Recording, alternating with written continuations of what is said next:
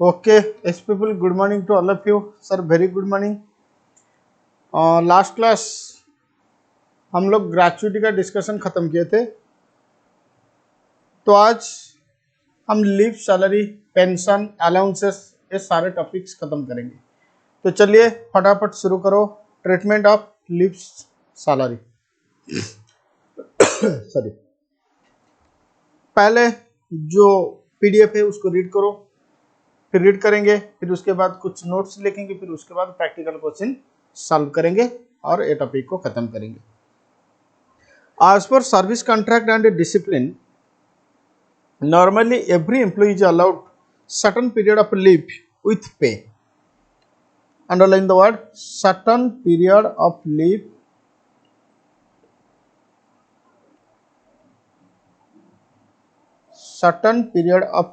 with pay। मतलब तुम छुट्टी लोगे फिर तुम्हें पेमेंट भी मिलेगा, छुट्टी लोगे फिर पेमेंट भी मिलेगा।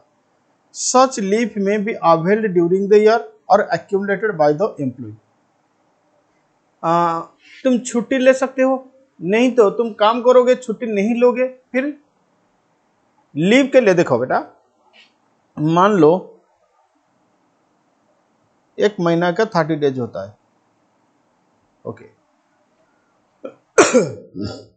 हमारा सर्विस रूल यही है कि मुझे 4 दिन का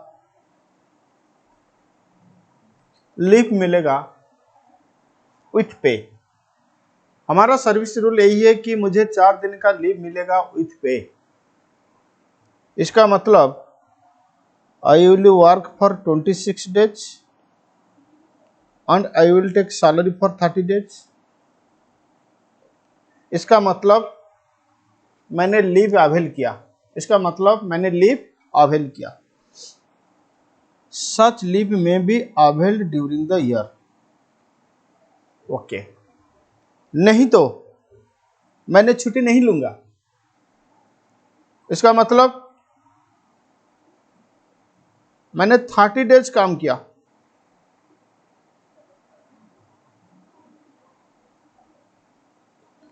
अब बोलेंगे सर जो 4 दिन था वो क्या होगा, वो लीव मेरा एक्यूमुलेट हो जाएगा अगले साल। अगले साल मुझे 8 दिन मिलेगा। क्यों? पिछले साल का 4 दिन, फिर अगले साल का 4 दिन। मान लो मंथली भी तुम कंप्यूट कर सकते हो, पिछले मंथ का 4 दिन, अगले मंथ का 4 दिन। इसको कहते हैं एक्यूमुलेटेड, इसको कहते हैं एक्यूमुलेटेड और एक्यूमुलेटेड बाय द एम्प्लॉय। अगर तुम एक्यूमुलेट करोगे, अगर तुम एक्यूमुलेट करोगे, the accumulated leave lying to the credit of an employee may be availed subsequently or encashed। Sir क्या मतलब इसका? देखो पूरा कंप्लीट पिक्चर कॉन्सेप्ट को भी समझो। मान लो ये फर्स्ट ईयर मेरा 30 डेज लीव था, ठीक है? नहीं, मंथली समझो।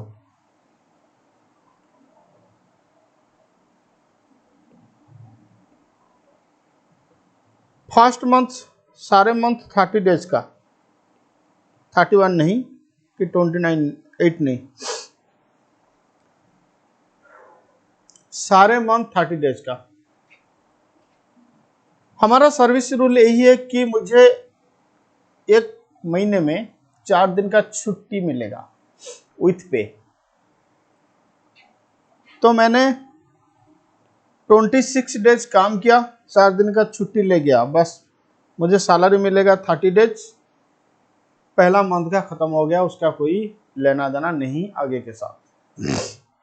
लेकिन सेकेंड मंथ मैंने क्या किया, 30 डेज काम किया, तो मेरा जो 4 दिन का लीव था वो एक्यूमुलेट हो जाएगा। इसका मतलब मुझे 30 डेज का सैलरी मिलेगा, फिर मेरा 4 दिन का छुट्टी अभी भी बाकी है, मैं आगे उसका बेनिफिट ले सकता हूं।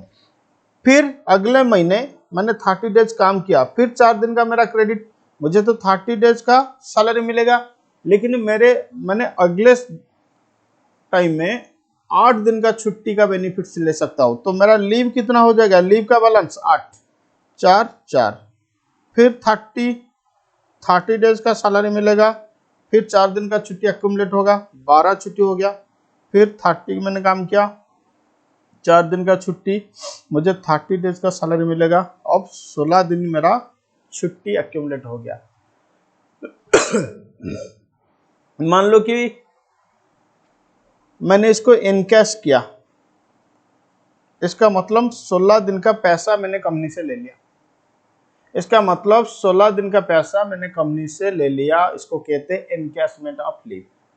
ये जो एनकैशमेंट, अच्छा ये आइदर ये एनकैशमेंट हो सकता है, नहीं तो मान लो नेक्स्ट मंथ 4 दिन का छुट्टी, मेरा बैलेंस कितना 16, तो मैंने 20 लीव ले लूंगा, 16 बैलेंस था, फिर नेक्स्ट महीने का 4 दिन, 20 दिन में काम करूंगा तो मुझे 30 डेज का सैलरी मिलेगा। इसको कहते हैं लीव अवेल्ड, इसको कहते हैं लीव अवेल्ड।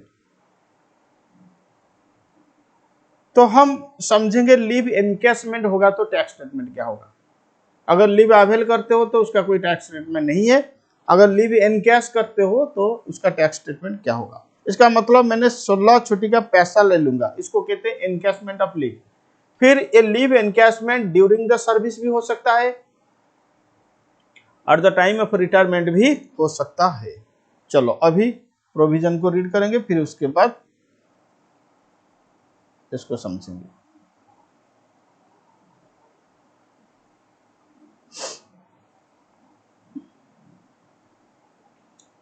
रीड करो। The accumulated leave linked to the credit of an employee may be availed subsequently or encashed when an employee receives an amount for waiving leave linked to his credit. Such amount is known as leave salary encashment. Such amount is known as leave salary encashment. अगर तुम छुट्टी के बदले पैसा ले लेते हो तो इसको कहते हैं leave salary encashment. Leave salary encashment during the service हो सकता है, at the time of retirement या ऑन टर्मिनेशन हो सकता है, फिर पेड टू लीगल हेयर हो सकता है।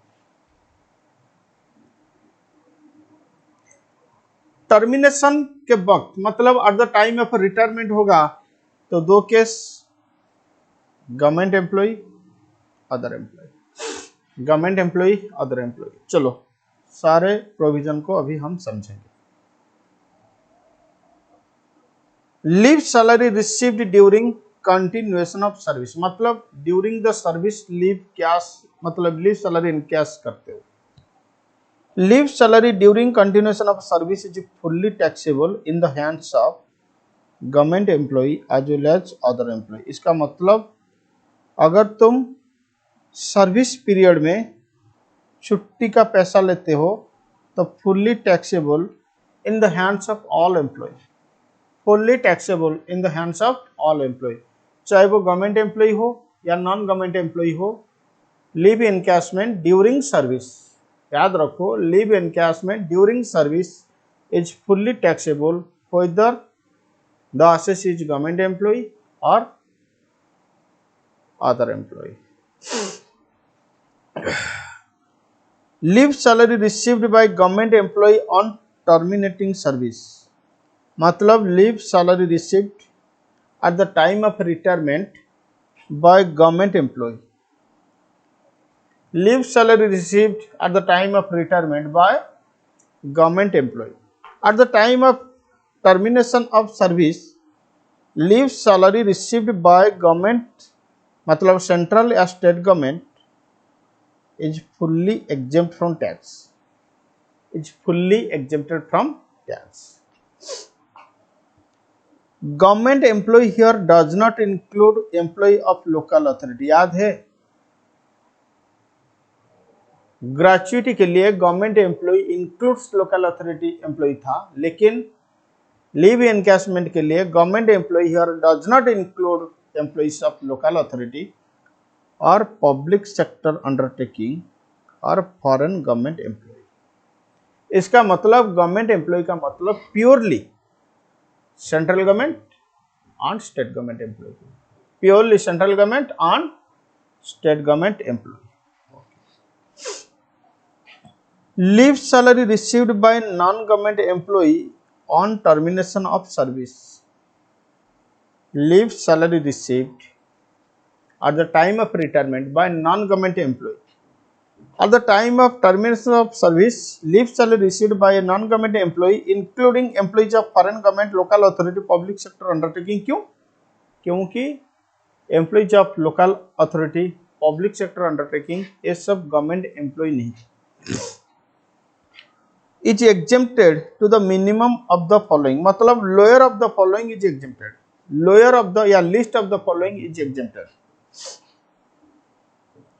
Actual amount received, maximum limit तुम्हारा 3 lakh, 10 month average salary, 10 month average salary, फिर to the maximum of 30 days normally taken as 1 month average salary for every completed year of service subject to deduction of actual leave avail during the tenure of office. अब बोलेंगे sir ये provision समझ में नहीं आया कि कितना exemption मिलेगा। ठीक है बेटा, मैं समझाऊंगा, तुम चिंता मत करो।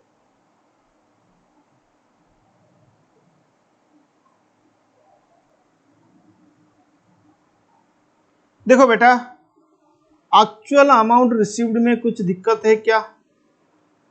बोलो, एक्चुअल अमाउंट रिसीव्ड में कुछ दिक्कत है क्या? No sir. 3 लाख में कुछ दिक्कत है क्या? No sir. 10 month into average salary per month, बेटा मैं एवरेज सैलरी कैलकुलेशन कर दूंगा, तुम चिंता मत करो, मैं सिखा दूंगा कि सैलरी का मतलब क्या होता है, फिर 10 मंथ का एवरेज सैलरी कैसे निकालेंगे, जैसे मैंने ग्रेचुइटी के लिए निकाल था। लेकिन ये पॉइंट थोड़ा दिक्कत दे रहा है। हाँ सर, कौन सा point? to the maximum of 30 days normally taken as 1 month for every completed year of service, for every completed year of service, मैं समझाऊंगा, तुम चिंता मत करो, अभी थोड़ा रेड करो। for every completed year of service subject to the deduction of actual leave availed during the tenure of service। इसका मतलब मान लो तुम 20 ईयर सर्विस किए, मतलब तुम्हारा completed year of service 20। Act कहता है कि 1 साल के लिए मैक्सिमम 30 डेज का बेनिफिट्स मिलेगा। फिर भी ये मैक्सिमम, मान लो तुम्हारा टर्म ऑफ सर्विस के हिसाब से 20 डेज का लीव मिलेगा तो 20 मिलेगा, 30 नहीं मिलेगा, क्योंकि एक्ट कहता है कि मैक्सिमम 30 डेज। इसका मतलब 600 डेज का लीव कैश तुम्हें मिलेगा। क्यों? क्योंकि 20 ईयर तुम्हारा कंप्लीटेड ईयर ऑफ सर्विस, 1 साल के लिए मैक्सिमम 30 डेज। अगर तुम्हारा सर्विस में rule of terms of service में 20 डेज है तो 20 डेज का बेनिफिट मिलेगा। अगर तुम्हारा टर्म्स ऑफ सर्विस में 35 डेज है तो 30 का मिलेगा, क्योंकि तुम्हारा टर्म्स ऑफ सर्विस एक्ट को सुपरसीड नहीं कर सकता है। ओके, इसका मतलब 30 days for each completed year of service, उससे तुम माइनस करोगे जितना लीव ऑलरेडी ले चुके हो during the service, during the service.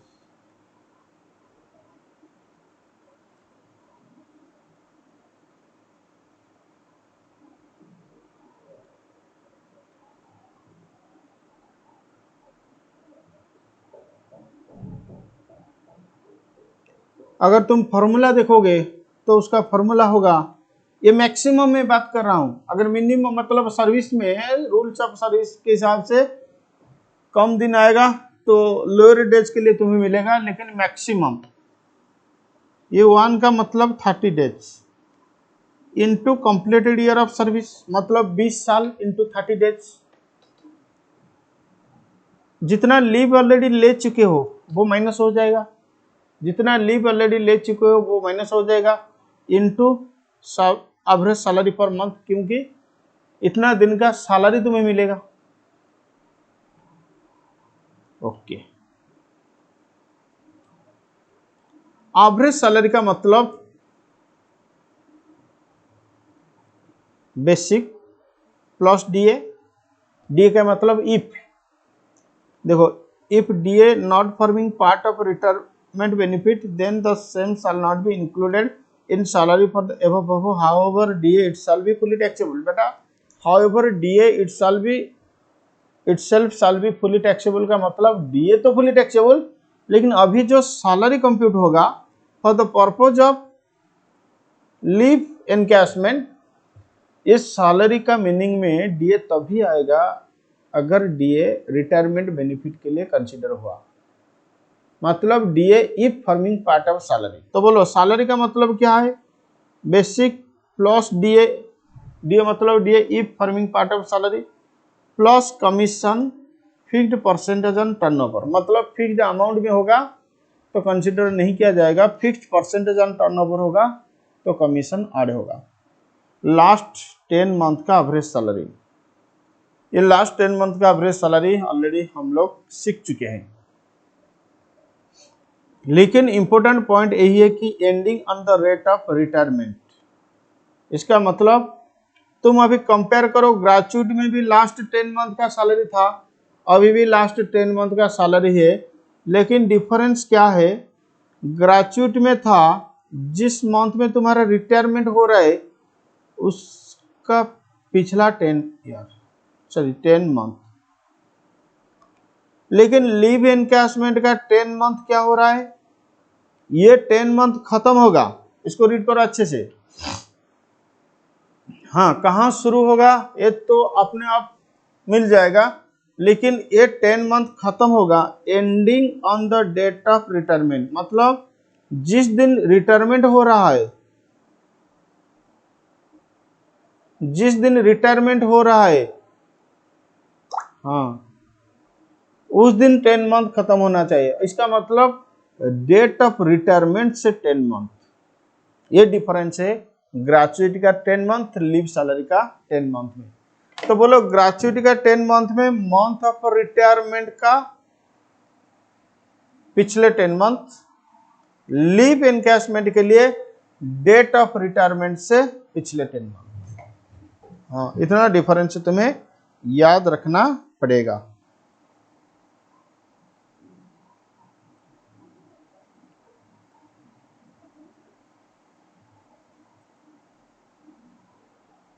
यहाँ पे एग्जाम्पल दिया हुआ है, चेक कर सकते हो। If an employee retires on 18th November 2020, then 10 month average salary shall be period starting from 19th January ending on 18th November 2020। इसका मतलब 10 मंथ खत्म होगा डेट ऑफ रिटायरमेंट में। तुम्हारा रिटायरमेंट कब हुआ? 18th November 2020। अब वो 10 मंथ खत्म होना चाहिए on the date of retirement, मतलब 18th November 2020। अगर 10 मंथ 18th November 2020 में खत्म होगा तो लास्ट 10 मंथ शुरू होगा 19th January 2020। आप बोलेंगे सर कैसे? देखो कैसे।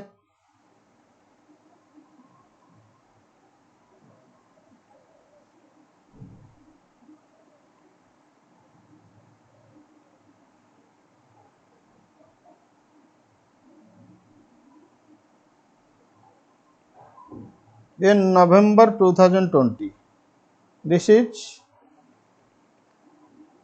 18th November 2020। अब यहां से पिछले 10 मंथ शुरू होगा,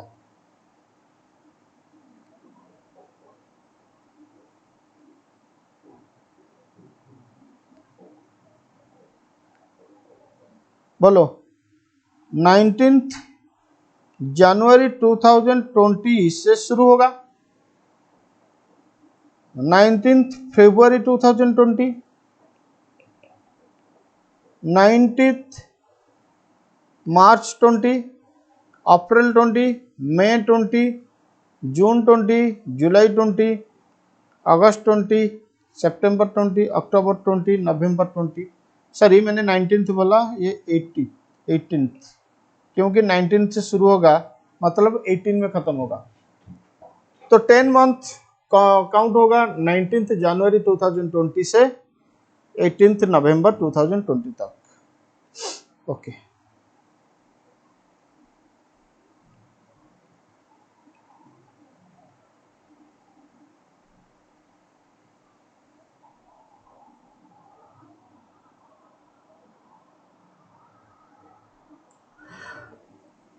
while calculating completed year of service, already मैं बता चुका हूं कि फ्रैक्शन इग्नोर होगा, मतलब 10 ईयर 9 मंथ होगा तो 10 ईयर ही लोगे, only completed year of service को कंसिडर करना होगा, only completed year of service को कंसिडर करना पड़ेगा।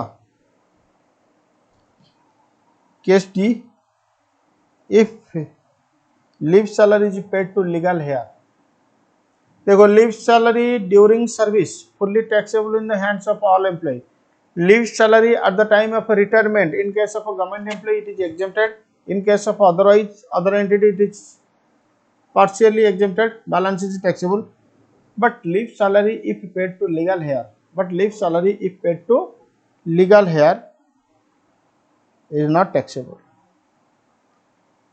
is not taxable।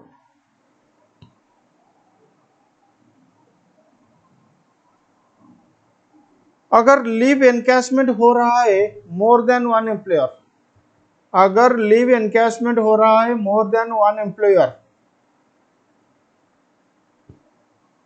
तो where leave encashment is received from more than one employer in same previous year, the aggregate amount of exempt from tax shall not exceed 3 lakh. इसका मतलब तुम्हें life time में maximum to maximum 3 lakh का benefit मिलेगा, life time में maximum to maximum 3 lakh का exemption मिलेगा।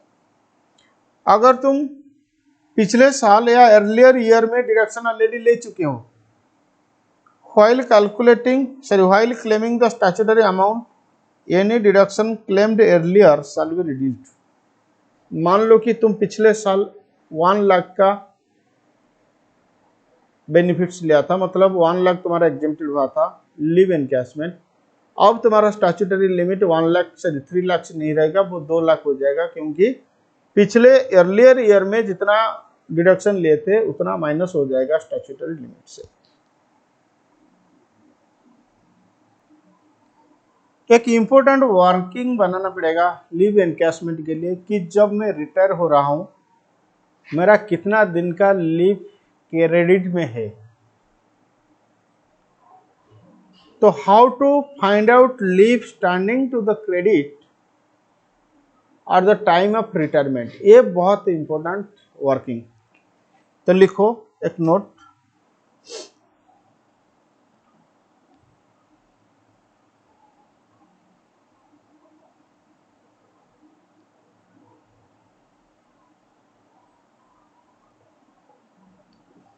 how to find out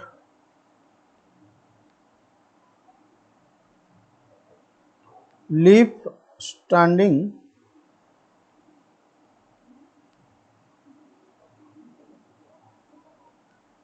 to credit of an employee, to credit of an employee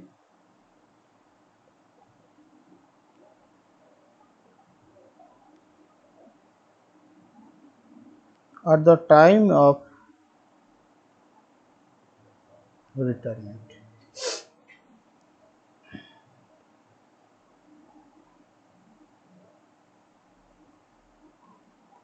देखो following steps are to be followed, following steps are to be followed।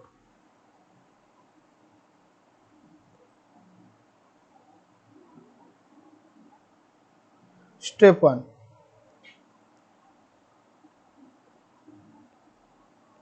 Find out duration of service.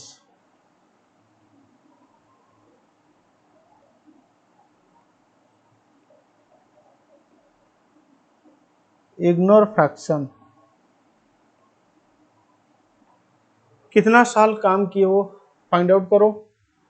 Fraction आ रहा है तो ignore करो।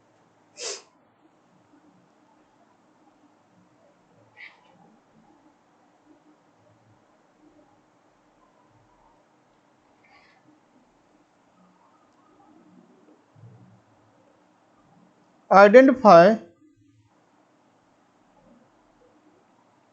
Rate of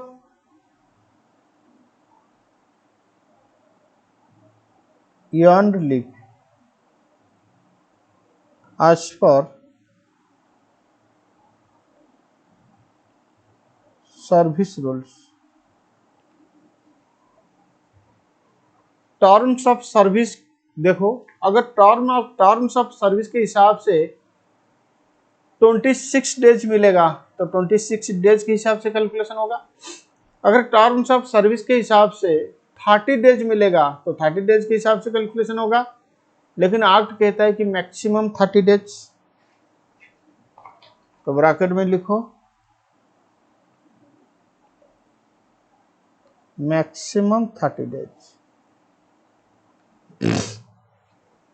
maximum 30 days.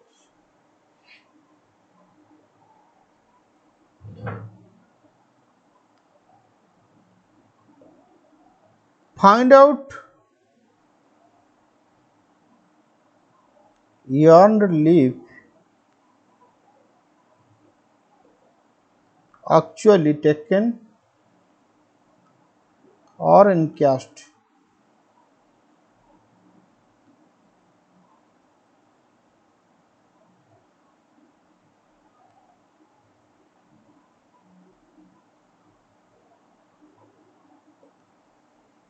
Service time में ये जो calculation हो रहा है at the time of retirement, heading देखो, how to find leave standing to credit of an employee at the time of retirement.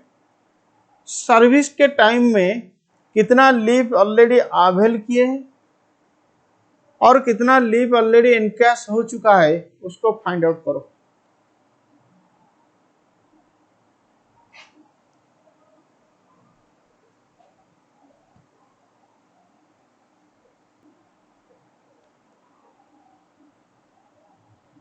Leave standing to credit, leave stands to credit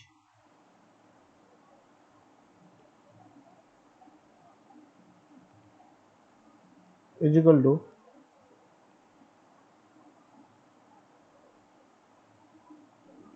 1 into 2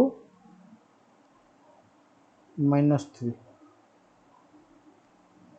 step 1 into step 2 minus 3, step 1 into step 2 minus 3। देखो, अगर employ VRS ले रहा है, voluntary retirement scheme में अगर वो retire कर रहा है, फिर भी लीव एनकैशमेंट का प्रोविजन उसको लगेगा।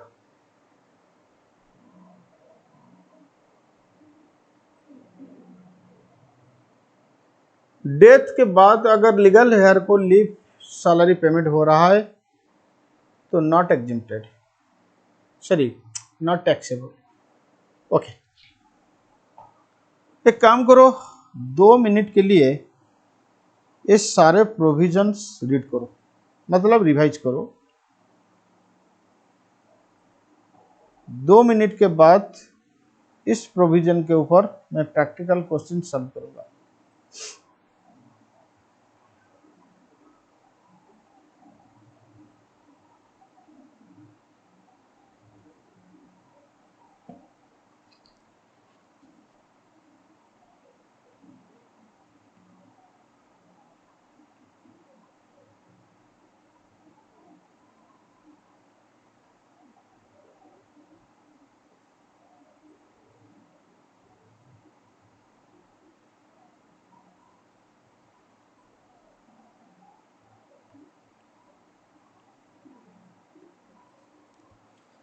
हो गया रिवीजन?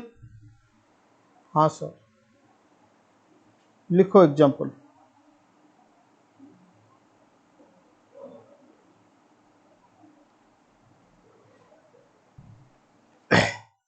ये एग्जाम्पल लिखो। EX an employee of Bihar government. EX an employee of Bihar government retires on 3rd January 2021 and receives rupees 11,60,000 as leave salary. Discuss tax statement. बेटा एक्स गवर्नमेंट का employ फिर leave encashment कर रहा है at the time of retirement. याद है provision, at the time of retirement leave encashment by government employ is fully exempt from tax. हाँ sir, लिखो उसका answer.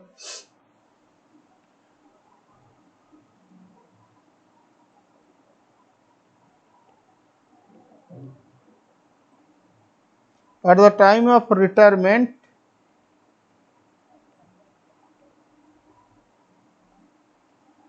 leave encashment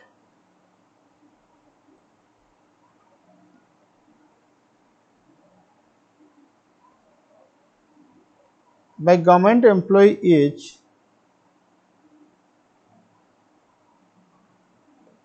fully exempted. At the time of retirement, leave encashment by government employee is fully exempted. Here,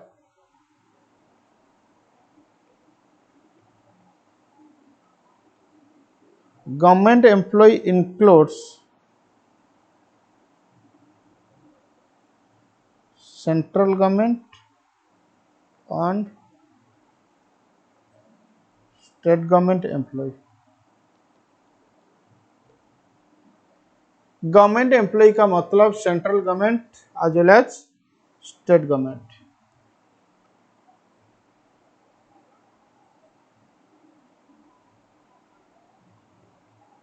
In the given case, Mr. X is an employee of Bihar state government.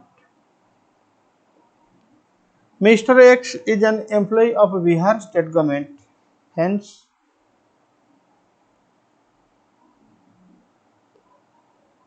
entire amount of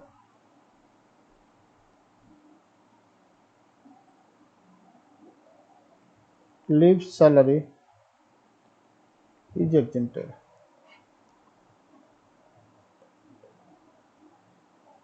Hence, entire amount of leave salary is exempted. Okay. Okay.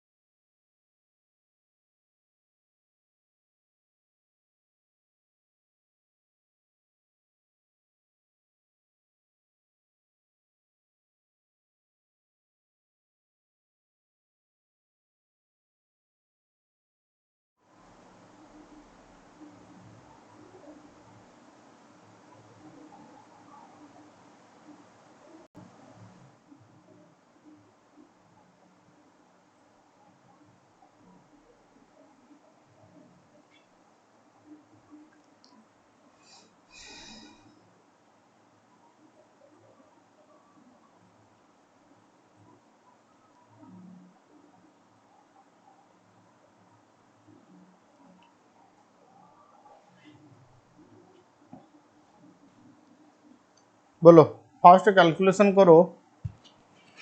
कितना leave credit मतलब standing to credit at the time of retirement. Calculation of leave standing to credit at the time of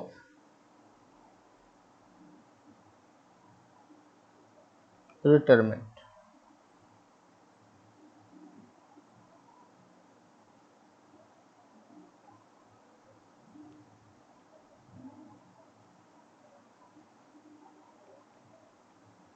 completed year of service 14 लिया जाएगा, क्यों? Fraction ignore करेंगे। Okay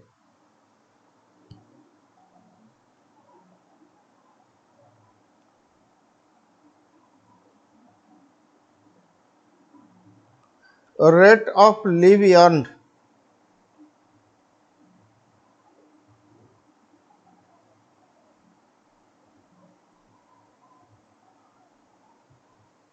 rate of leave earned service rule और act का maximum. Service rule के हिसाब से for every year 45 days, लेकिन एक्ट कहता है 30 डेज, तो 30 डेज कंसिडर किया जाएगा। इधर 45 लिख के काट दो 30।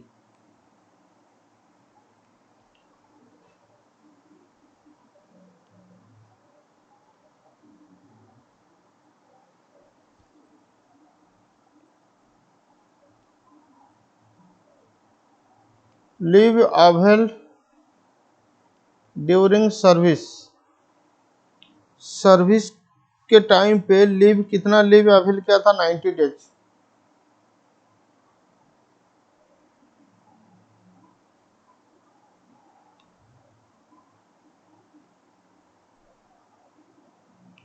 Leave outstanding is equal to 40 into 30 minus 90।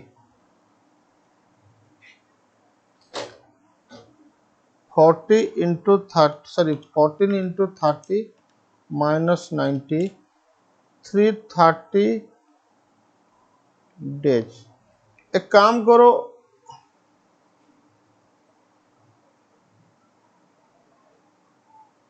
Three 30 days, अब इसको मंथ में कन्वर्ट करो तो लीव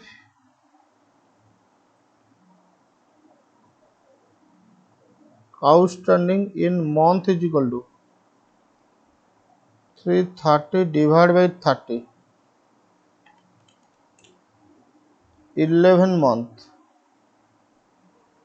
ठीक है भाई, तुम्हारा 330 डेज का लीव अभी भी क्रेडिट में है, इसको इक्विवेलेंटली हम बोल सकते हैं कि 11 मंथ। अब average salary of last 10 month calculation करो।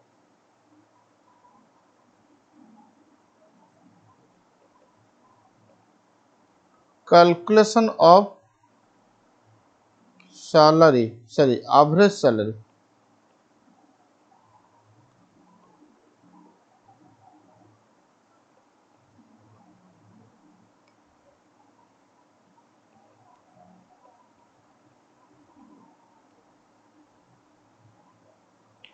Calculation of average salary of last 10 month. अच्छा हाँ, कैलकुलेशन करना पड़ेगा।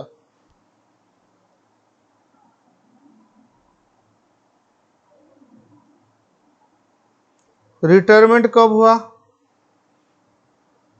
बोलो, रिटायरमेंट कब हुआ? 31 दिसंबर।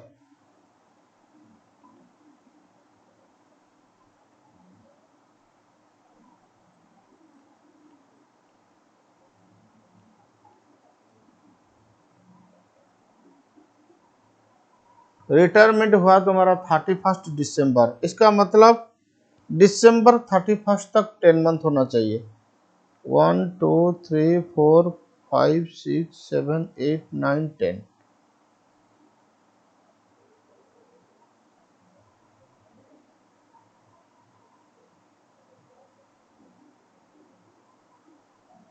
तो मार्च अप्रैल से लेकर दिसंबर, बोलो मार्च में सैलरी कितना था?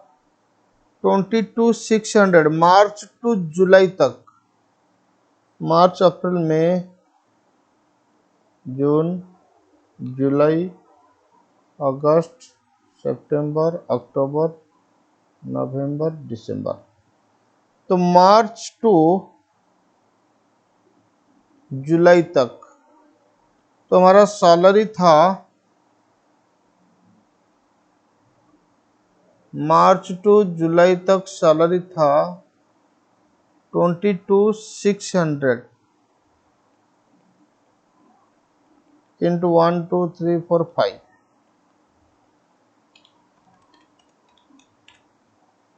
1,13,000।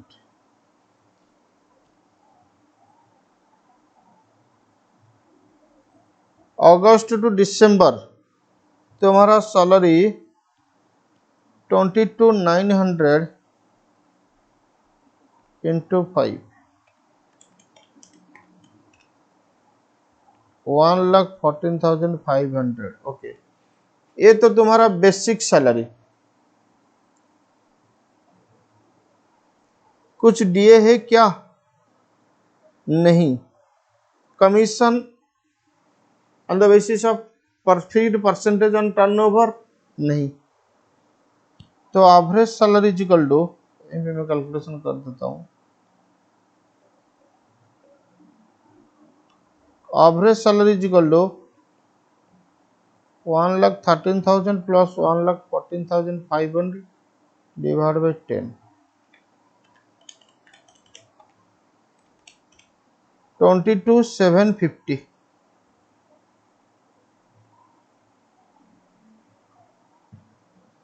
22,750। चलो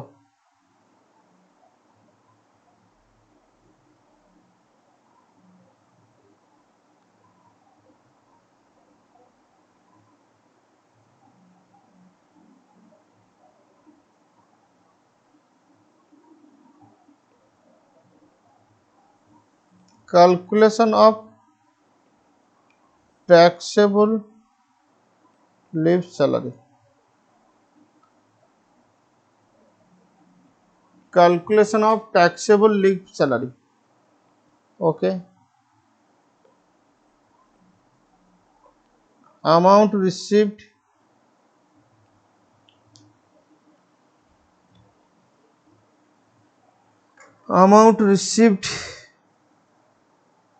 अच्छा, पहले एग्जेम्पशन कितना मिलेगा कैलकुलेशन करो, फिर उसके बाद टैक्सेबल ढूंढेंगे।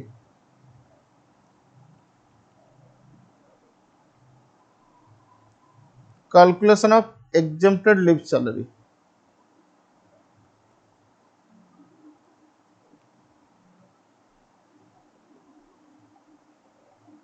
List of the following is exempted.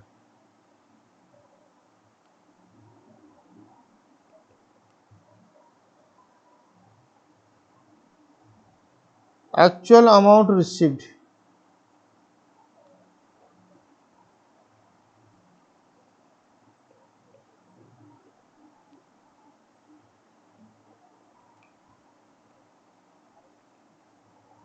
कितना? 4,12,200। Maximum amount,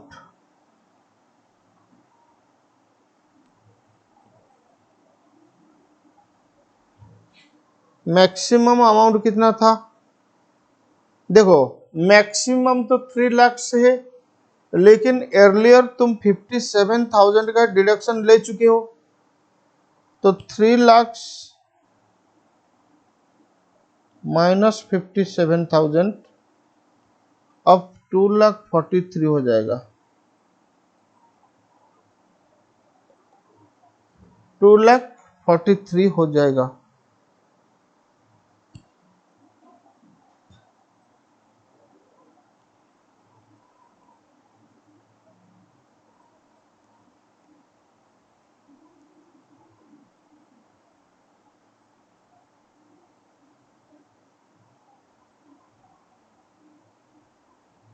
10 month average salary.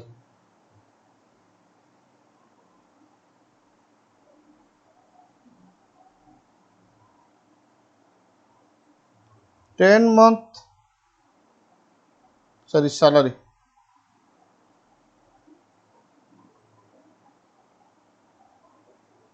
Average salary के हिसाब से, तो 10 इंटू एवरेज सैलरी कितना आया था 22,750, 2,27,000 मल्टीप्लाई करो 22,750 इंटू 10, 2,27,500। डी क्या था?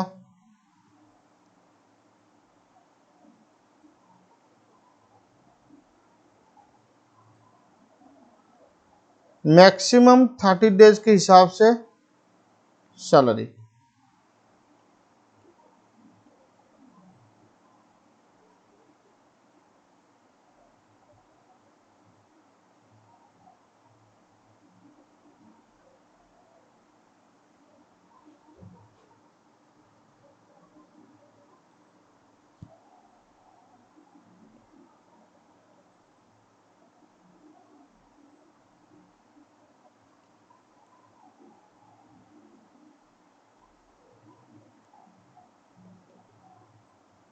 Leave salary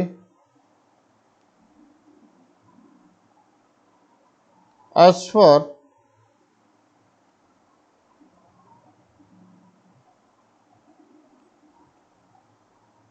leave outstanding.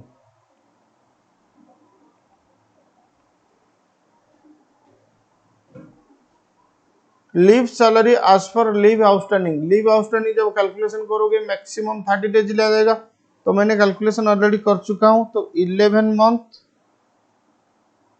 Into 22,750, 2,50,250।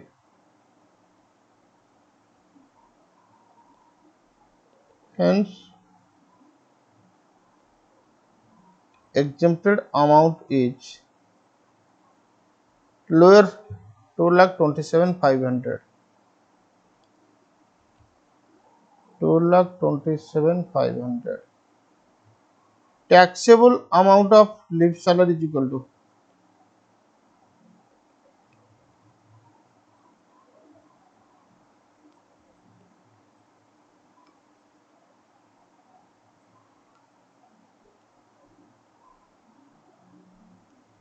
amount received 4,12,200 minus amount exempted 2,27,500.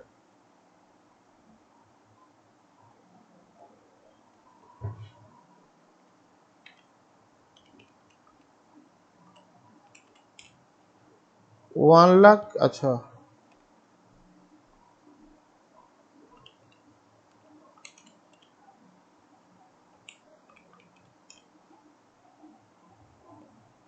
84,700,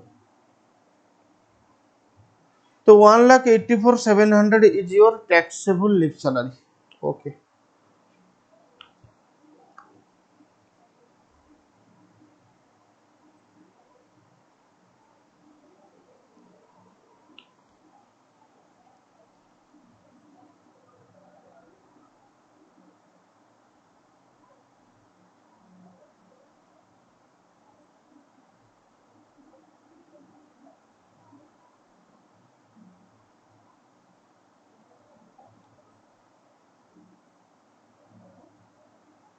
illustration 5 बहुत सिंपल इलुस्ट्रेशन, खुद सॉल्व कर लोगे, आंसर भी दिया हुआ है, एक बार रीड करो। Mister Vishnu is working in zebra limited since 25 year 9 month, तो 25 ईयर ही कंसिडर करोगे। कंपनी अलाउज 2 मंथ लीव, नहीं होगा, 1 month leave maximum. Service rule में लिखा हुआ है कि 2 मंथ, लेकिन नहीं होगा, 1 month leave maximum. During the job he had availed 20 month leave, ठीक है, माइनस हो जाएगा। Eight the time of retirement on 10 August 2020 he got 1,50,000 as leave encashment. As on that date his basic salary was 5,000 per month, DA 2,000 per month, commission was 5% on turnover plus 2,000 per month fixed, turnover last 12 month का 5 lakhs. Vishnu got an increment of 1,000 per month from 1st January 2020 in basic and 500 per month in DA. Compute his taxable leave encashment salary. How shall your answer differ if the assessee had taken 2 month leave instead of 20 month leave? चलो बहुत simple. पहले देखो completed year of service 25 माना जाएगा। हाँ,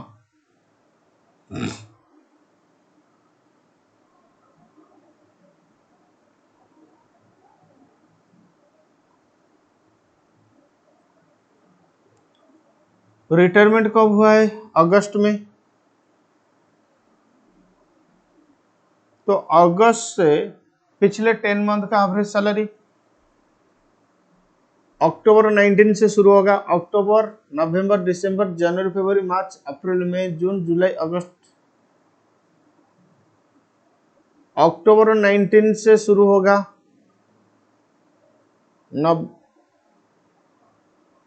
ये देखो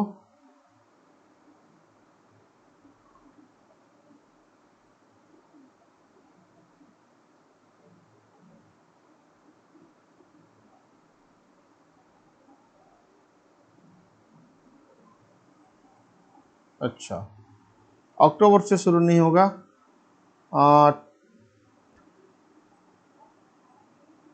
10 अगस्त को 10 मंथ होना चाहिए।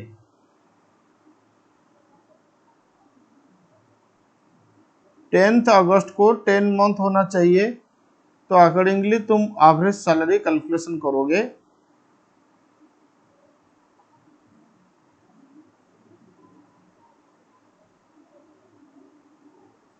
बोलो कब से शुरू होगा?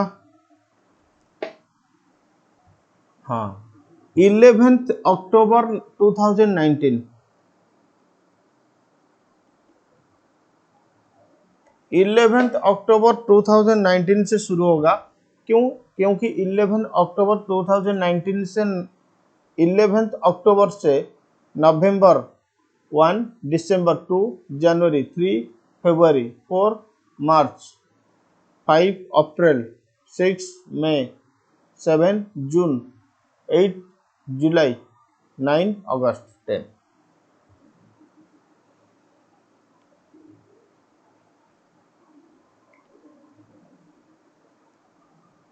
तो 11 अक्टूबर 2019 टू 10 अगस्त 2020 का एवरेज सैलरी चाहिए।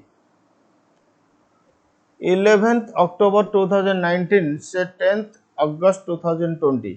ओके, अब देखो अक्टूबर में 21 डेज, लेकिन अगस्त में 10 डेज। हाँ, तुम्हारा इंक्रीमेंट कब हुआ था? इंक्रीमेंट हुआ था जनवरी से। तो बेसिक कितना? 5,000। इंक्रीमेंट से पहले ये रिटायरमेंट के डेट में बेसिक दिया हुआ है, तो इंक्रीमेंट से पहले बेसिक तुम्हारा 4,000, डीए 1,500, क्योंकि इंक्रीमेंट के बाद डीए 2,000। अच्छा, बोलो अक्टूबर में 4,000 डिवाइड बाई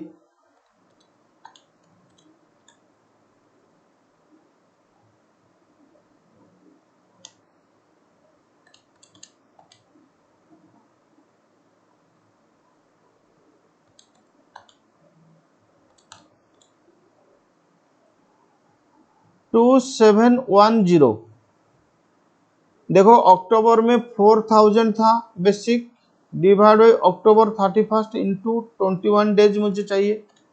तो 4000 divide by 31 into 21, 2709 2710 round of होने के बाद।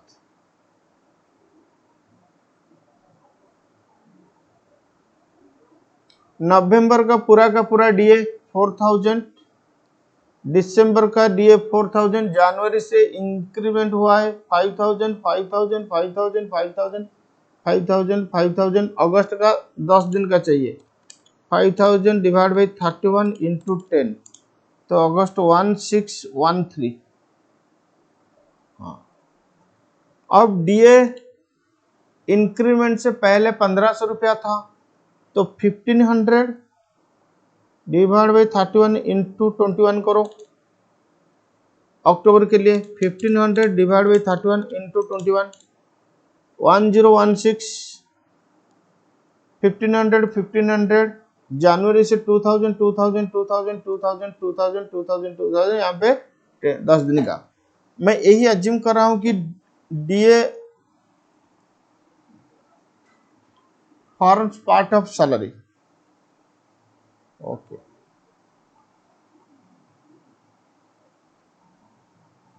अब देखो total basic, total DA, commission भी आएगा जो परसेंटेज ऑन टर्नओवर। तो टर्नओवर कितना 50,000, हाँ टर्नओवर नहीं, टर्नओवर 5 लाख इंटू 5%, ये एनुअल टर्नओवर मुझे 10 मंथ का चाहिए, तो इंटू 10/12 करना पड़ेगा, 20833। तो टोटल हो रहा है तुम्हारा 86,817, तो डिवाइड बाई करोगे 10, तो 8682 is your last 10 month average salary.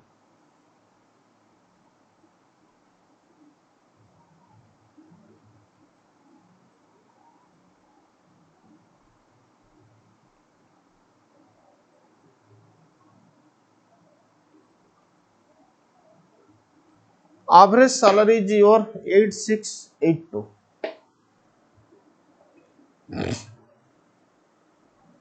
Okay, average salary हो गया।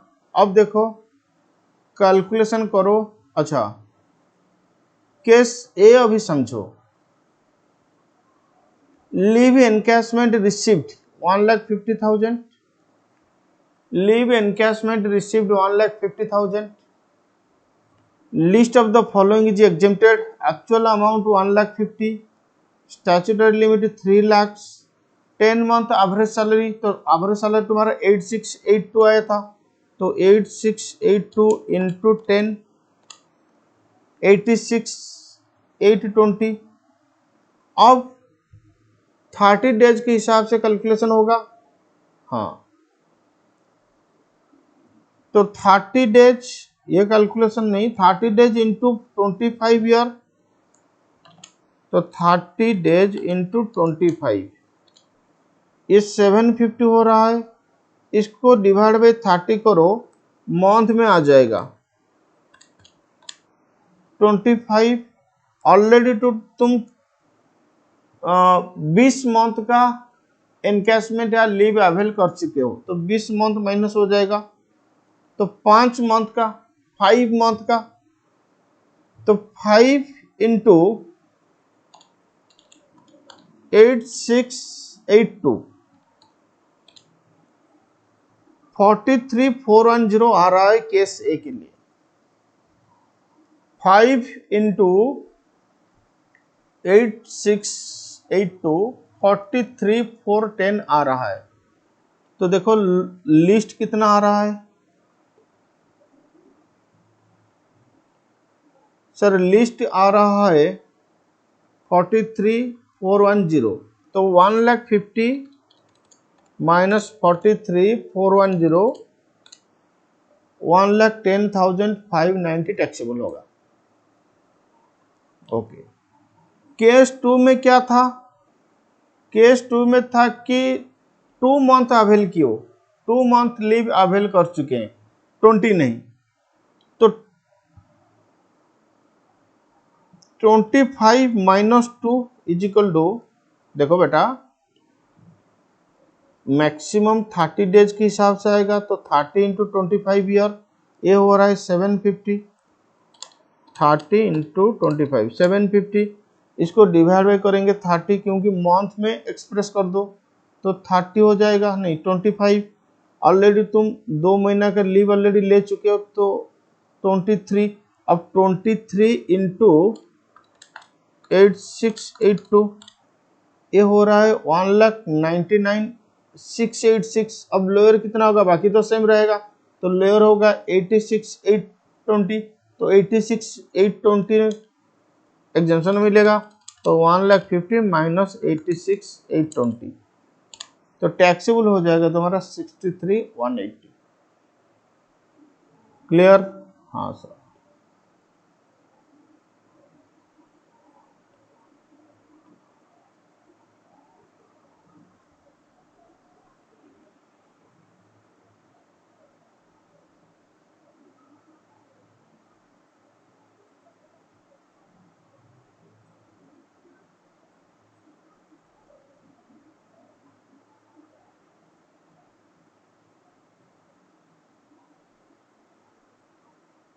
ये इलस्ट्रेशन 6 भी हो जाएगा, सिमिलर एग्जाम्पल ऑलरेडी मैं सॉल्व कर चुका हूं।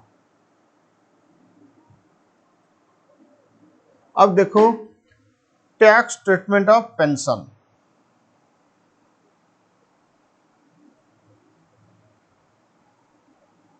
Different situation tax treatment.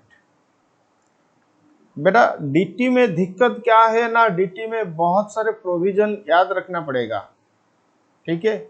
हाँ, डीटी प्रोविजन याद रखने के लिए तुम्हें प्रैक्टिकल क्वेश्चन भी सॉल्व करना पड़ेगा, फिर कौन से प्रॉपरली नोट्स बनाना पड़ेगा।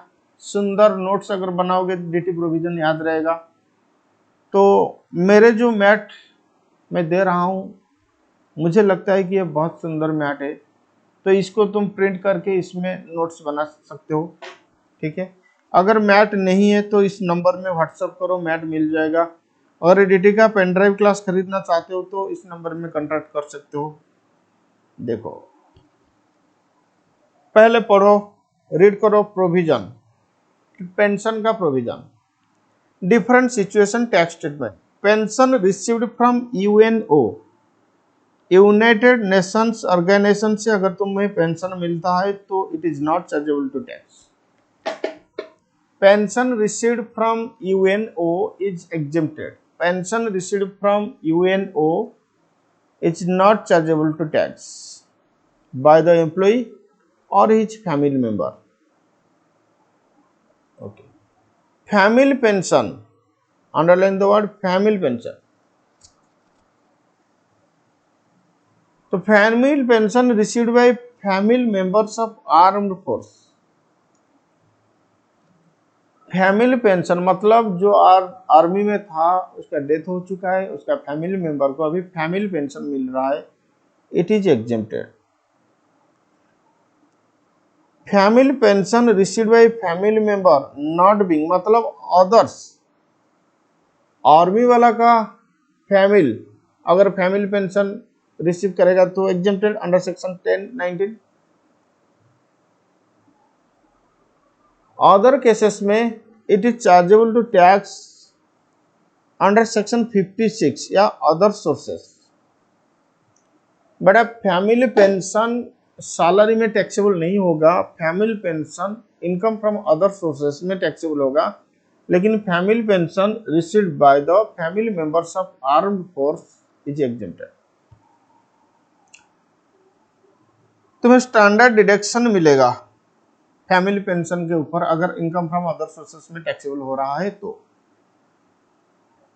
1/3 ऑफ सच पेंशन और 15,000 whichever is lower। 1/3 of family pension or 15,000 whichever is lower। Okay. Pension in case of an employee received by the employee after retirement but during lifetime, who has joined the central government on or after 1st January 2004 any national pension scheme में अगर तुम join किया था, national pension scheme में join किया था, अब pension मिल रहा है, तो उसके लिए सेपरेट नोट्स हम रीड करेंगे। National pension system, pension received by the employee after retirement but during his life time in any other cases refer note below. इसका मतलब लास्ट दो केस अभी डिस्कशन होगा। एक होता है तुम्हारा नेशनल पेंशन स्कीम और एक होता है नॉर्मल पेंशन।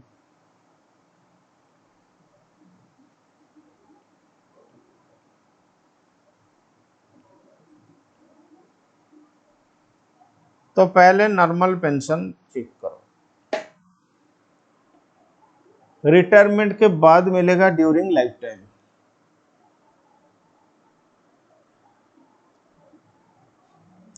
मरने के बाद जो पेंशन मिलेगा वो फैमिली पेंशन हो जाएगा। अगर आर्म फोर्स है तो एग्जेम्प्टेड, नहीं तो अदर सोर्सेस में टैक्सेबल। हाँ, pension can be of two types, commuted pension, uncommuted pension. Uncommuted pension का मतलब monthly pension, it is fully taxable in the hands of all employee, चाहे वो गवर्नमेंट एम्प्लॉय हो, नॉन गवर्नमेंट एम्प्लॉय हो। Monthly pension is fully taxable, monthly pension is fully taxable. Commuted pension that is lump sum pension. तो commuted pension is fully exempt in the case of government employee. Government employee के case में fully exempt. तो बाकी कौन रहा? Non government employee. Commuted pension in case of other employee is taxable as under. Commuted pension in case of other employee is taxable as under. If received gratuity, अगर वो employee को gratuity भी मिलता है, then 1/3 of the pension which is normally entitled, इसको underline करो, normally entitled, इसको हम कैलकुलेशन करेंगे। इसको तुम बोल सकते हो full value of committed pension या फुल कमिटेड वैल्यू, लेकिन 1/3 एग्जम्पशन मिलेगा। If not received gratuity than half of normal entitled exempted.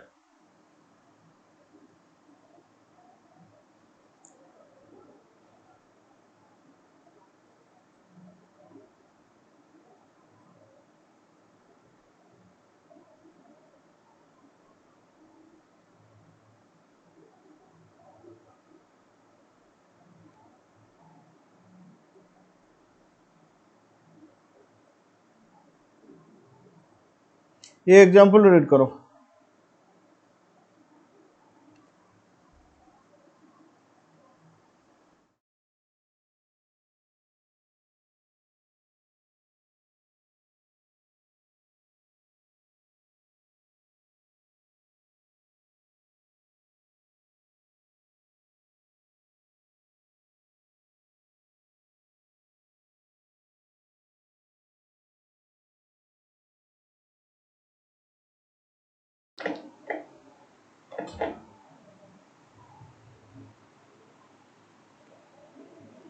Determine the amount of pension taxable for the assessment year 2021-22 in the following cases on the assumption that it becomes due on last day of each month. Okay. X received 18,250 per month as pension from the central government during the previous year, fully taxable क्योंकि monthly pension।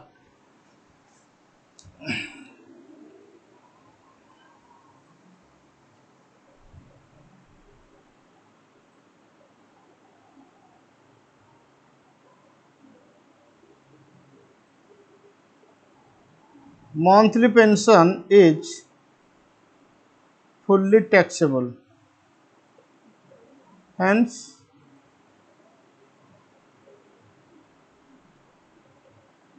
taxable amount is equal to 18,250 into 12। Taxable amount हो जाएगा तुम्हारा 18,250 into 12, 3 lakh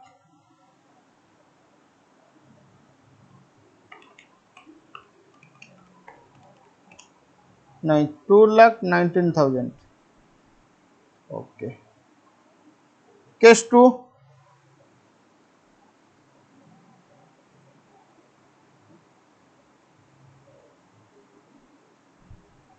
X receives 20,000 per month as a pension from ABC Limited, a public limited company in private sector during the previous year 2020-21. Monthly pension fully taxable.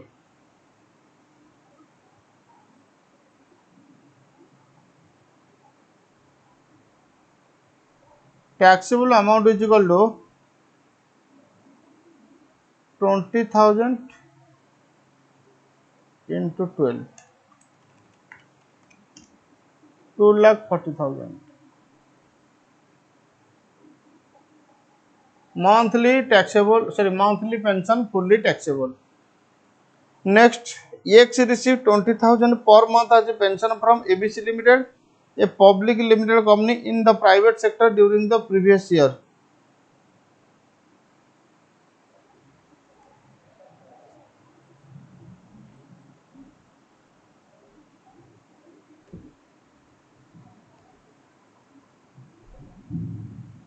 अच्छा, case 2 में 21,000 into 12,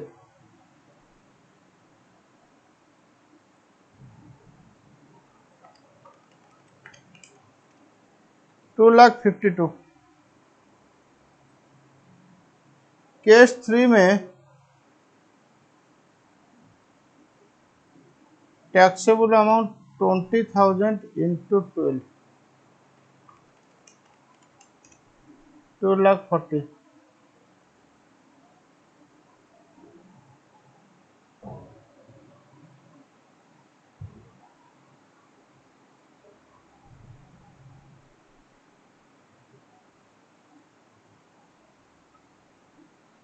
okay, case 4, EX retired from the central government service on 31st January 2020. He get pension of rupees 15,000 per month up to November 2020. With effect from 1st December 2020, he get 1/3 of his pension commuted for rupees 7,18,000. Okay.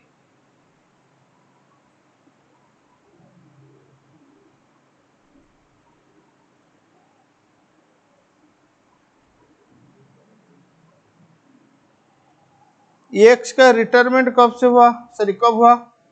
EX retire from central government on 31st May 2020.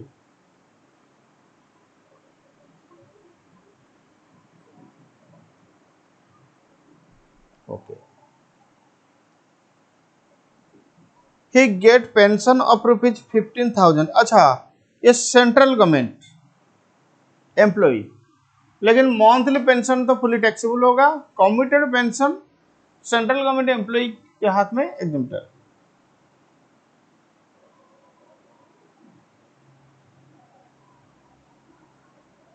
He gets 15,000 per month up to November.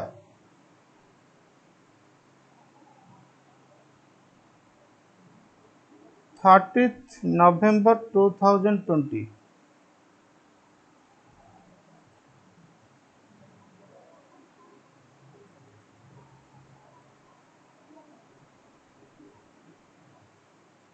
March 2021. March 2021.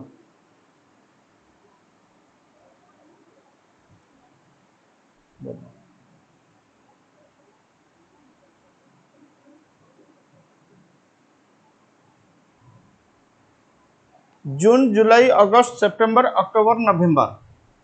June, July, August, September, October, November. 6 month into 15,000, ये तुम्हारा uncommuted pension.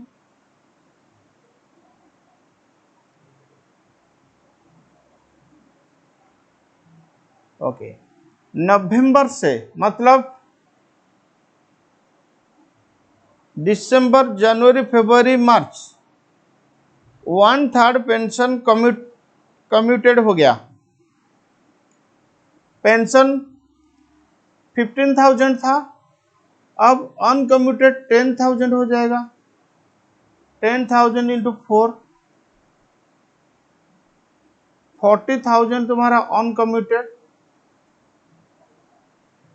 बाकी 1/3 commute किया, commuted pension 7,18,000। अब बोलो monthly pension तो taxable in the hands of all employee, लेकिन commuted pension exempted in the hands of government employ.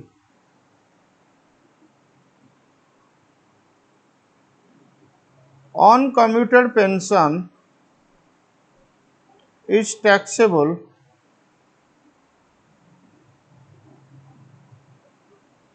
in the hands of all employee.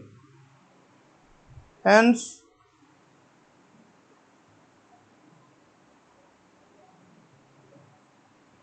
uncommuted pension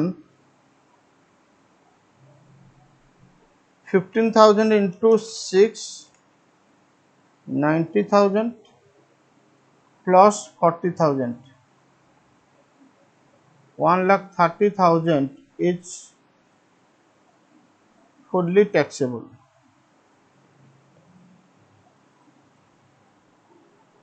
Okay. Commuted pension of rupees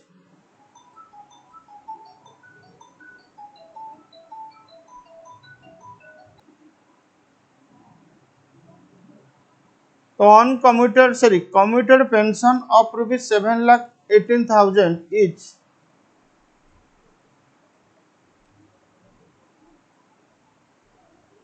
fully exempted in case of government employee.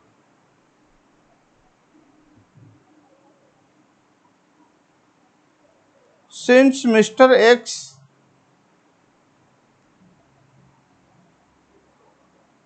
is a government employee,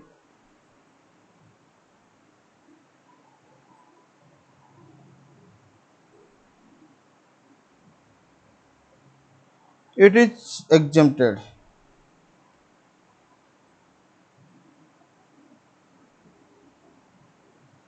Total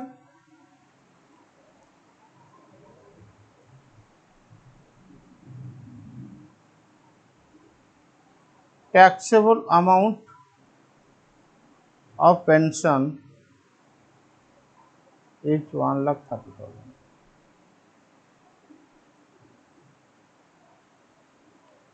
Total taxable amount of pension is 1,30,000.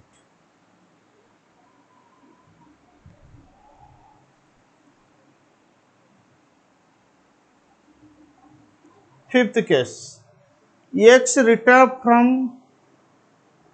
a company on June 20. Okay. He gets pension rupees 20,000 per month up to January 2021.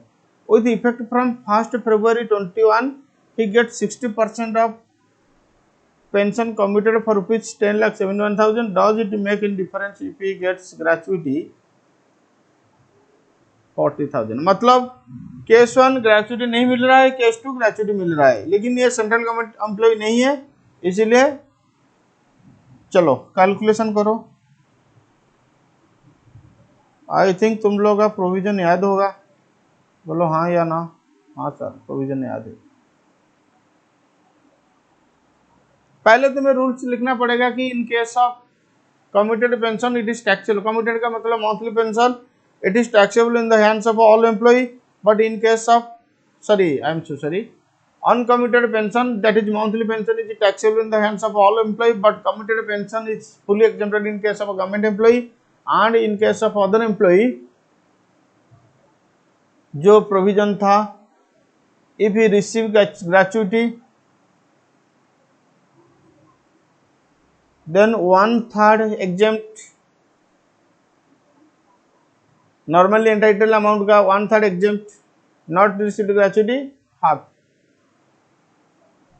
चलो कोई बात नहीं, पहले बोलो retirement कब हुआ? जून 30।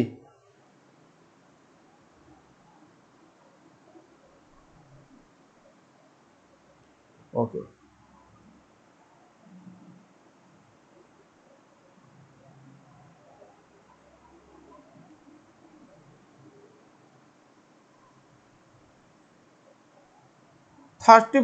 January 2021, ये यहाँ तक मतलब अप टू 31 जनवरी 2020 मंथली पेंशन चला। तो मंथली पेंशन कितना था? 20,000 इंटू, जून तो नहीं होगा, जुलाई अगस्त सितंबर अक्टूबर नवंबर दिसंबर जनवरी, 3,307, 1,40,000 ये अनकम्यूटेड पेंशन।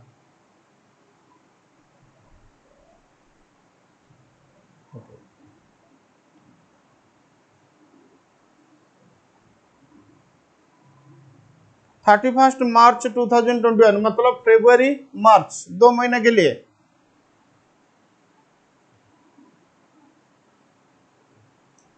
20,000 का 60% कम्यूटेड, 40% अनकम्यूटेड, 20,000 का 60% कम्यूटेड फॉर 10,71,000, लेकिन 40% तो अनकम्यूटेड, तो 40% मतलब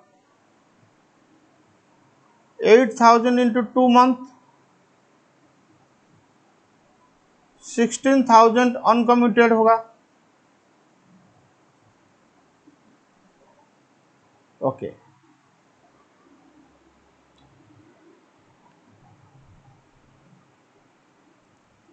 देखो 20,000 था तुम्हारा पेंशन, इसका 60% कम्यूट हुआ, कितना मिला? 10,71,000। अगर 100% कम्यूट होता तो कितना मिलता? वो हो जाएगा तुम्हारा नॉर्मल एंटाइटल वैल्यू। हाँ, अगर 10,71 के लिए 60%, तो 100% के लिए 10,71,000 divide by 60% is equal to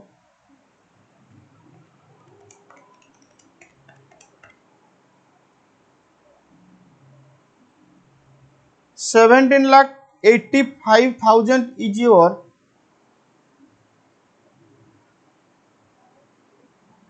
normal entitled value। ये 17,85,000 का 1/3 या हाफ मिलेगा एग्जेम्पशन। ग्रेच्युटी रिसीव मतलब if he received gratuity then 1/3, if not received gratuity then half. लेकिन 10,71 का 1/3 या हाफ नहीं, जो normal entitle value, normal entitle value का मतलब क्या? Amount received as commuted pension divide by percentage of commutation. तो नॉर्मल एंटाइटल वैल्यू का फॉर्मूला क्या होगा?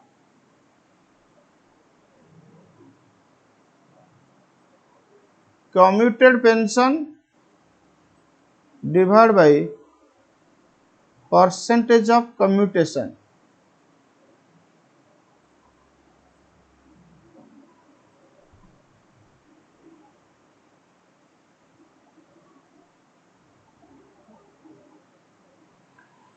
Commuted pension divide by percentage of commutation. अब चलो टैक्सेबल अमाउंट कंप्यूट करेंगे। वर्किंग तो हो गया,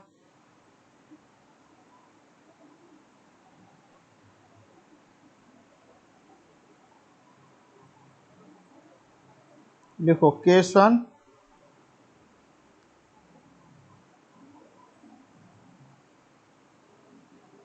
अच्छा केस 1 में not received gratuity,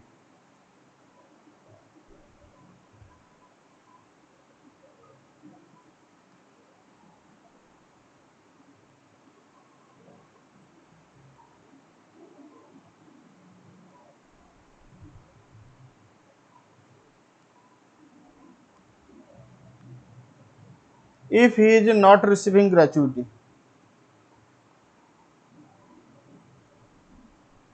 on commuted pension, ये तो फुल्ली टैक्सेबल।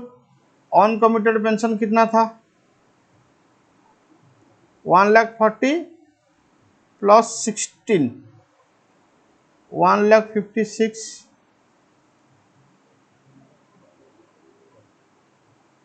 कम्यूटेड पेंशन मिला था कितना? 10,71,000 माइनस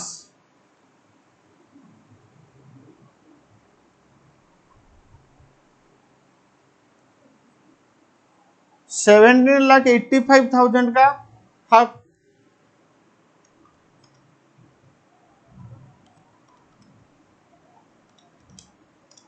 ये टैक्सेबल अमाउंट आ रहा है 1,78,500।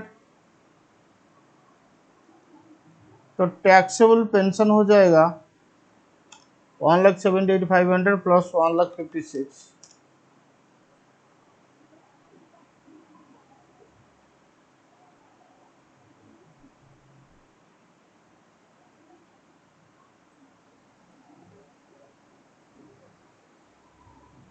3,34,500।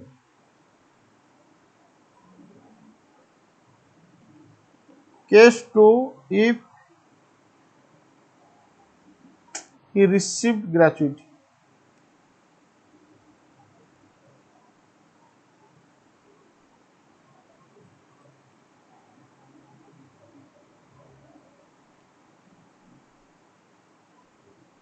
If he is receiving gratuity,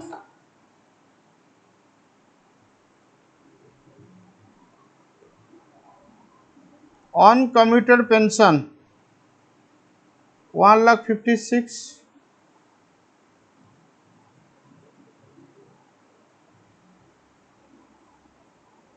commuted pension 10,71,000 minus 10,85,000 into 1/3, 1/3 मिलेगा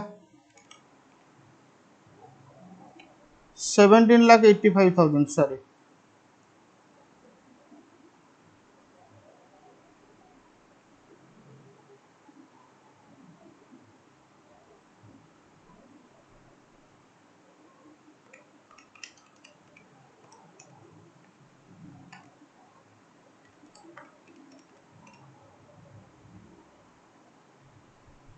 $4,76,000।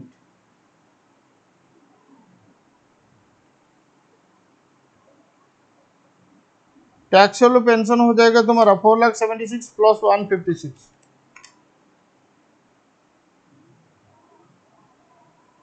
6,32,000।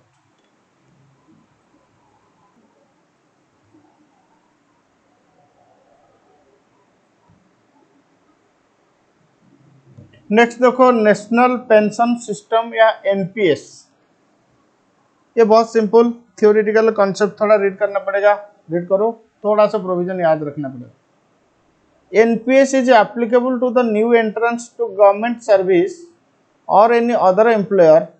As per the scheme, it is mandatory for person entering the government service on or after 1st January 2004 to contribute 10% of salary every month towards NPS.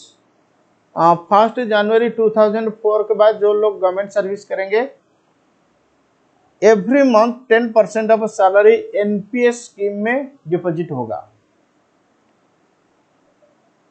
A matching contribution is required to be made by the employer to the said account. Employer भी 10% deposit करेगा, यानी NPS account को employee का 10%, employer का 10%। The tax treatment under the new scheme is as follows. Contribution by employer to NPS is first included under the head salary in the hands of employee. जितना employers contribution करेगा वो पहले salary head में include होगा, मतलब salary के हिसाब से ऐड होगा। Such contribution is deductible to the extent of 10% of salary. 14% in case of central government employee of the salary of the employee under section 80 CCD2। हाँ, तो जितना एम्प्लॉयर्स कंट्रीब्यूट करेगा वो सैलरी हेड में इंक्लूड होगा, फिर उसका 10% तुम्हें 80 CCD2 में एग्जम्पशन मिलेगा या डिडक्शन मिलेगा, एग्जम्पशन नहीं डिडक्शन मिलेगा। सेंट्रल गवर्नमेंट एम्प्लॉय के लिए 14% का डिडक्शन मिलेगा 80 CCD2 में।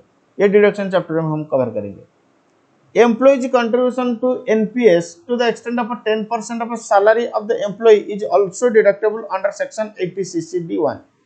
मतलब एम्प्लॉयर्स कंट्रीब्यूशन सैलरी में ऐड होगा, एम्प्लॉयज कंट्रीब्यूशन ऐड नहीं होगा। खुद का तो कंट्रीब्यूशन ऐड क्यों होगा? एम्प्लॉयर्स कंट्रीब्यूशन सैलरी के हिसाब सैलरी में ऐड होगा। ओके, बात खत्म हो गया। एम्प्लॉयर्स का कंट्रीब्यूशन का 10% और 14% 80 CCD2 में डिडक्शन मिलेगा। एम्प्लॉय जितना कंट्रीब्यूशन करेगा उसका सैलरी का 10%, एम्प्लॉय सैलरी का 10% 80 CCD1 में डिडक्शन मिलेगा। When pension is received out of the appropriate amount, it will be chargeable to tax in the hands of a recipient। जब एम्प्लॉय पेंशन लेगा उस अकाउंट से chargeable to tax. Okay, salary का मतलब basic DA if but does not include other allowances and perquisites. It also includes commission if commission is payable at a fixed percentage of turnover achieved by the employee. बस simple meaning basic plus DA if plus commission percentage वाला। तो aggregate amount of deduction under section 80 CCD2 80 CCD1 etcetera can not exceed 1,50,000। मतलब सारे section को लेकर maximum deduction तुम्हारा 1,50,000। बस इतना सा था ही प्रोविजन। इलस्ट्रेशन 7 ये तुम्हारा कमिटेड पेंशन, इसको तुम खुद सॉल्व कर लोगे, इसका आंसर है।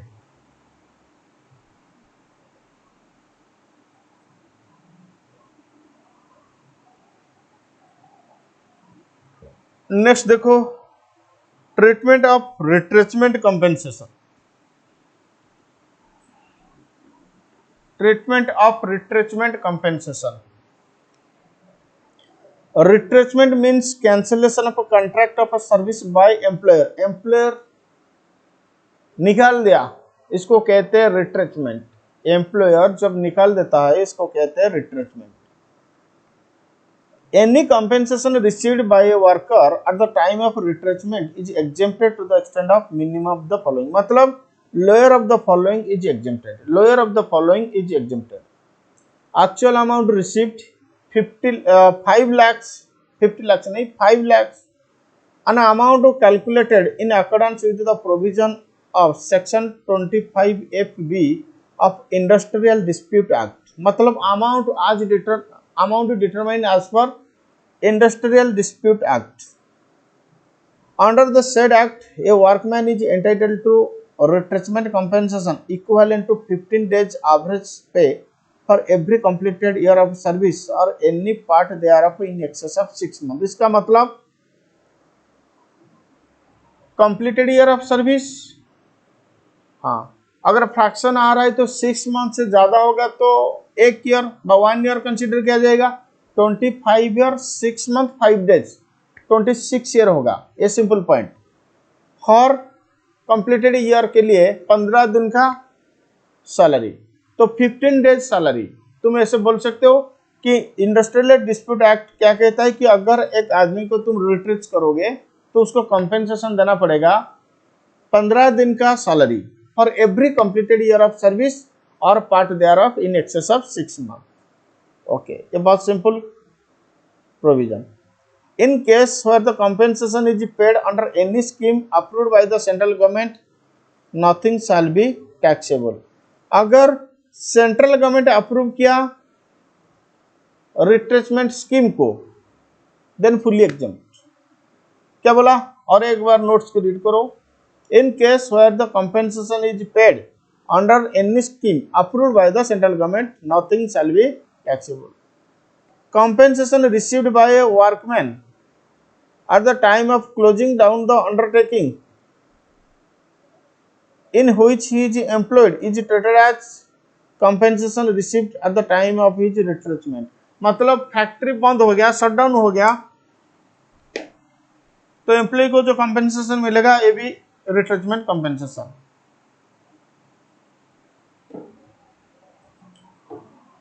इसका मतलब अगर फैक्ट्री क्लोज डाउन या शट डाउन हो जाता है तो जो कंपेंसेशन मिलेगा वो रिट्रेंचमेंट कंपेंसेशन के साथ बराबर होगा और रिट्रेंचमेंट कंपेंसेशन का प्रोविजन लगेगा।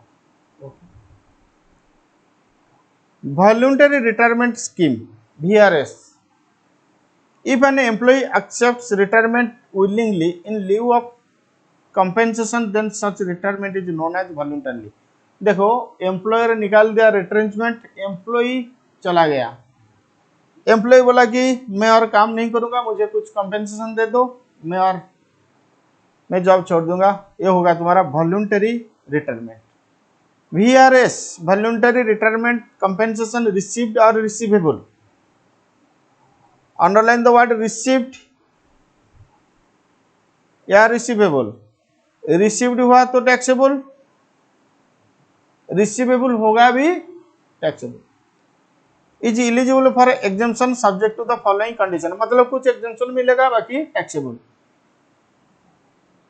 ओके, कंडीशंस फॉर एग्जेम्पशन, ये कंडीशन अगर सेटिस्फाई होगा तो एग्जेम्पशन मिलेगा, नहीं तो एग्जेम्पशन नहीं मिलेगा। क्या है condition? compensation is received from specific employer, underline the word specific employer।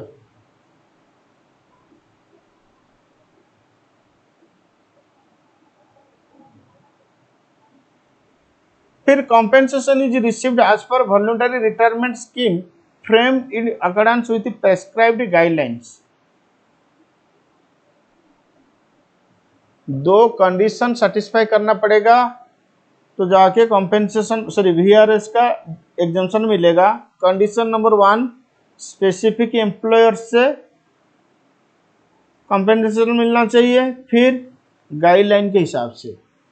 Okay ठीक है, कोई बात नहीं सर, ये तो बताइए कितना का एग्जेम्पशन मिलेगा। Exemption shall be minimum of the followings, exemption shall be minimum of the followings. Actual amount received,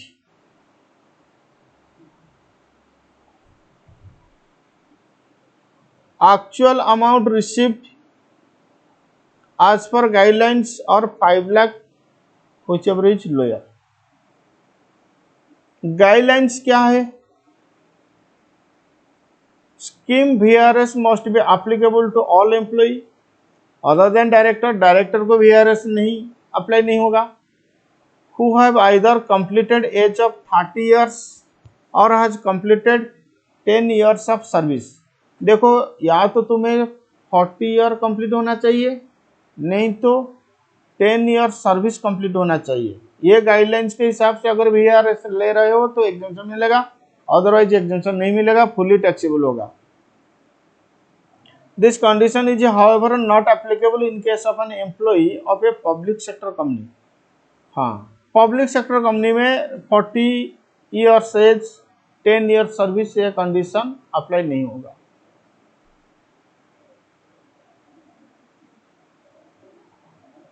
Such scheme must be framed to reduce the number of employees।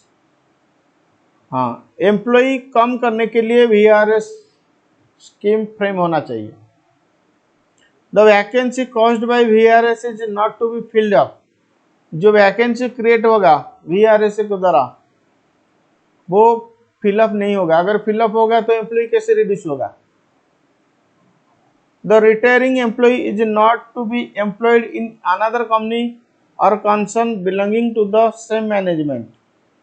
Okay, कोई दूसरे company मतलब same management का दूसरे company में retiring employ join नहीं करेगा। The amount of compensation does not exceed the amount equivalent to 3 month salary for each completed year of service. Every completed year के लिए 3 month उसका salary at the time of retrenchment multiplied by the balance month of service left। मतलब जितना month बाकी था उसका salary, और completed year, every completed year के लिए 3 month का सैलरी, इसको एक्सीड नहीं करना चाहिए। सैलरी का मतलब basic plus DA if plus percentage वाला commission. Specific employer any company or authority established an authority established under central state or provincial act or a local authority or a cooperative society or a specified university or an Indian Institute of Technology IIT or any state government or the central government or notified institution of management IIM Ahmedabad, IIM Bangalore, IIM Calcutta, IIM Lucknow and the Indian Institute of Foreign Trade New Delhi और notified institution। ये तुम्हारा specified employer।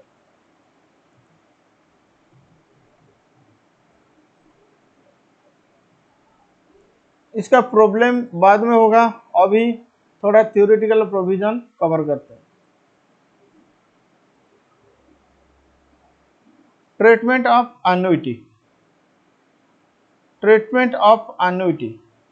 Annuity means a yearly allowances, income, a grant of annual sum, etc. for life or in perpetuity। तीन cases annuity का।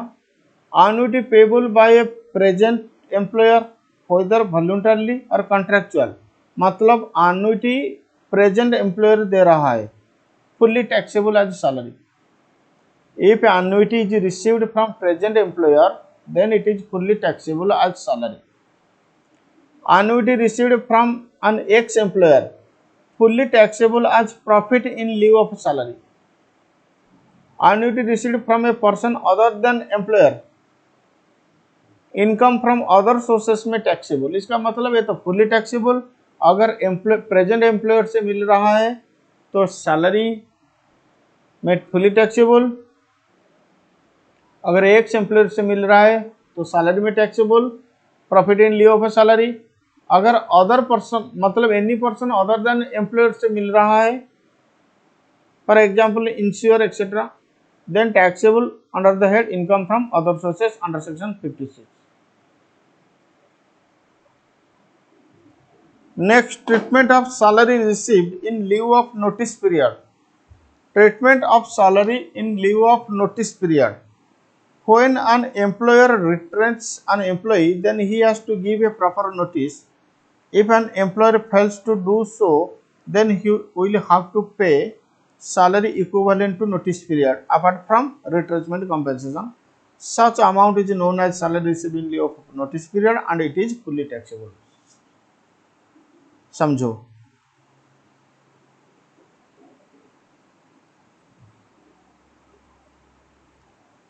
अगर एक employer तुम्हें retrace करना चाहता है, मान लीजिए कि 2 महीना का नोटिस पीरियड देगा, अगर वो प्रॉपरली नोटिस दे रहा है कि 2 महीने से पहले, तो 2 महीने के बाद तुम्हें रिट्रेसमेंट कंपेंसेशन दे के निकाल देगा।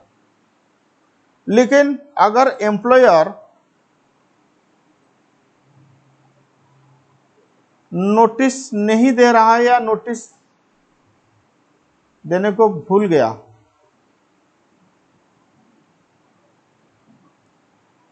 तो वो 2 महीने के बाद रिट्रेस करेगा, रिट्रेसमेंट कंपेंसेशन देगा, उसके साथ नोटिस पीरियड का सैलरी भी देगा।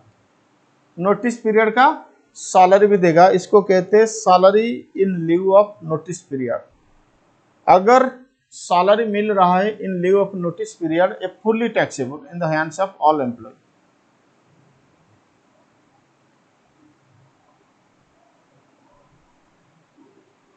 Next, profit in lieu of salary.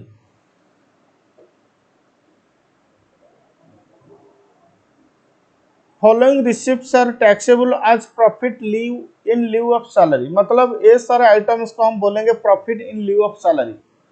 Salary नहीं मिल रहा है, तुम्हें प्रॉफिट मिल रहा है, तो profit in lieu of salary वो सैलरी के हेड में टैक्सेबल होगा। The amount of any compensation due to or received by an assessee from his employer or former employer or in connection with the termination of his employment, modification of terms and conditions of employment। अगर तुम्हें कुछ compensation मिल रहा है या compensation मिलेगा, due हुआ employer से, present employer से, फॉर्मर एम्प्लॉयर से,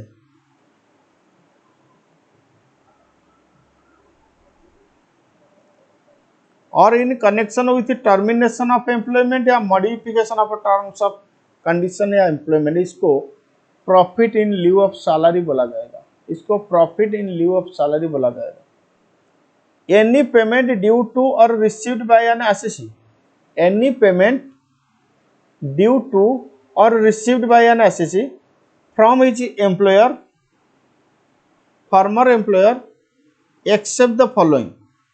एनी पेमेंट अगर एम्प्लॉयर और फॉर्मर एम्प्लॉयर से मिल रहा है except the following, then the payment will be called as profit in lieu of salary, then the payment will be called as profit in lieu of salary.